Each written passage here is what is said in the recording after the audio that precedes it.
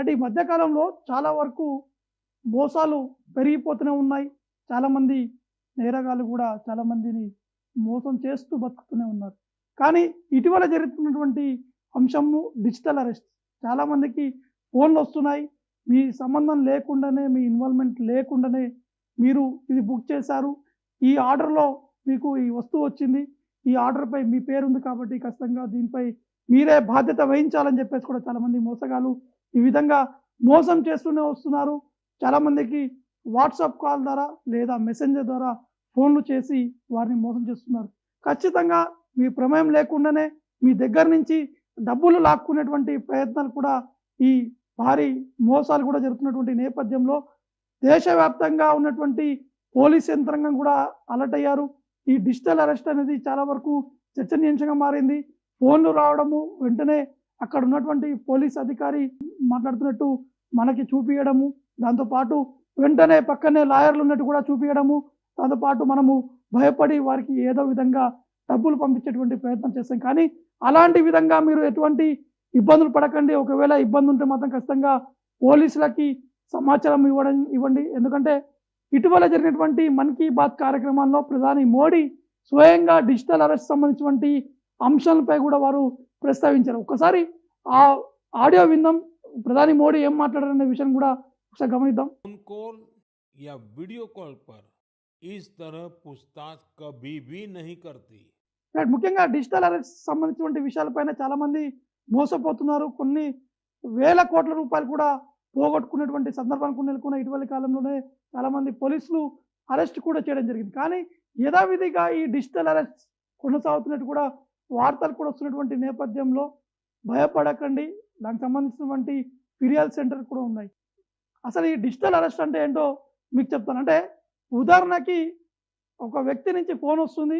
ఆ phone video call లేదా WhatsApp messenger నుంచే మెసేజ్ నుంచే కాల్ వస్తుంది. అంటే వీడియో కాల్ చేస్తూ అక్కడ ఒక పోలీస్ ఉన్నట్టుగా మీకు చూపిస్తారు.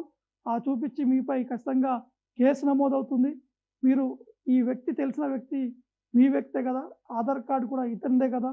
లేదా వివిధ రూపంగా ఓటీపీ మీకొచ్చింది. ఖచ్చితంగా దాని పాస్వర్డ్ ఓటీపీ చెప్పండి అని చెప్పేసి కూడా వారు మీకు చెప్పి మిమ్మల్ని మోసం చేసేటువంటి ప్రయత్నం చేస్తున్నారు. అసలు డిజిటల్ అరెస్ట్ సంబంధించినటువంటి విషయం చూసుకుంటే ఉదాహరణకి మీ పేరు మీద డ్రగ్స్ లేదా పాస్ ఫోటోలు, నిషేధిత వస్తువులకు సంబంధించినటువంటి అంశాలు కావచ్చు, లేదా మీ పేరు మీద వచ్చింది కాబట్టి మీరే బాధ్యులు అవుతారని చెప్పేసి ఈ విధంగా చట్టపరంగా చిక్కులు ఉంటాయని చెప్పేసి కూడా వారు బెదిరించేటువంటి అవకాశాలు ఉన్నాయి. చాలా వరకు ఆ విధంగా జరిగాయి.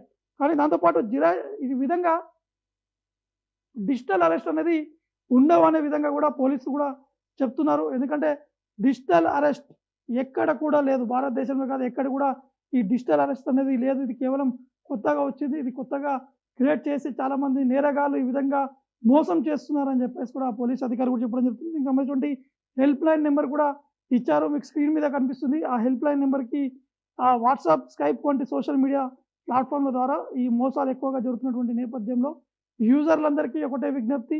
ఆ విధంగా అన్‌నోన్ నంబర్స్ నుంచి కాల్స్ వస్తే లిఫ్ట్ చేయకండి.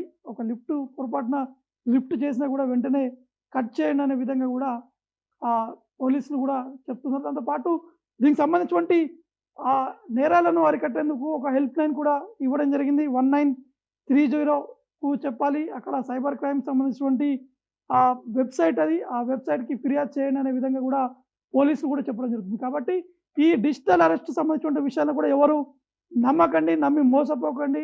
లక్షల రూపాయలు పోగొట్టకండి. ఎందుకంటే చాలా కష్టపడి ఎంతో సంపాదించుకున్నటువంటి ఈ డబ్బులు ఒకటే నిమిషంలో, ఒకటే చిటికతో ఈ డబ్బులు పోతే చాలా బాధ అనిపిస్తుంది. కాబట్టి అవి తిరిగి రావు. తిరిగి వస్తాయని చెప్పి అనుకోవడం కూడా అది కరెక్ట్ కాదు. ఎందుకంటే ఈ మోసాలలో చాలామంది నష్టపోయారు. చాలా ఇబ్బందులు పడ్డారు. కానీ పోలీసులు మాత్రం పట్టుకునేందుకు ప్రయత్నాలు చేస్తున్నారు.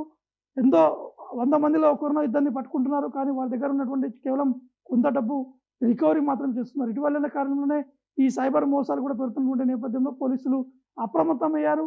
ఈ ఇచ్చినటువంటి హెల్ప్ లైన్ సెంటర్ కూడా ఫోన్ చేసి ఫిర్యాదు చేయమని కూడా చెప్పడం జరుగుతుంది.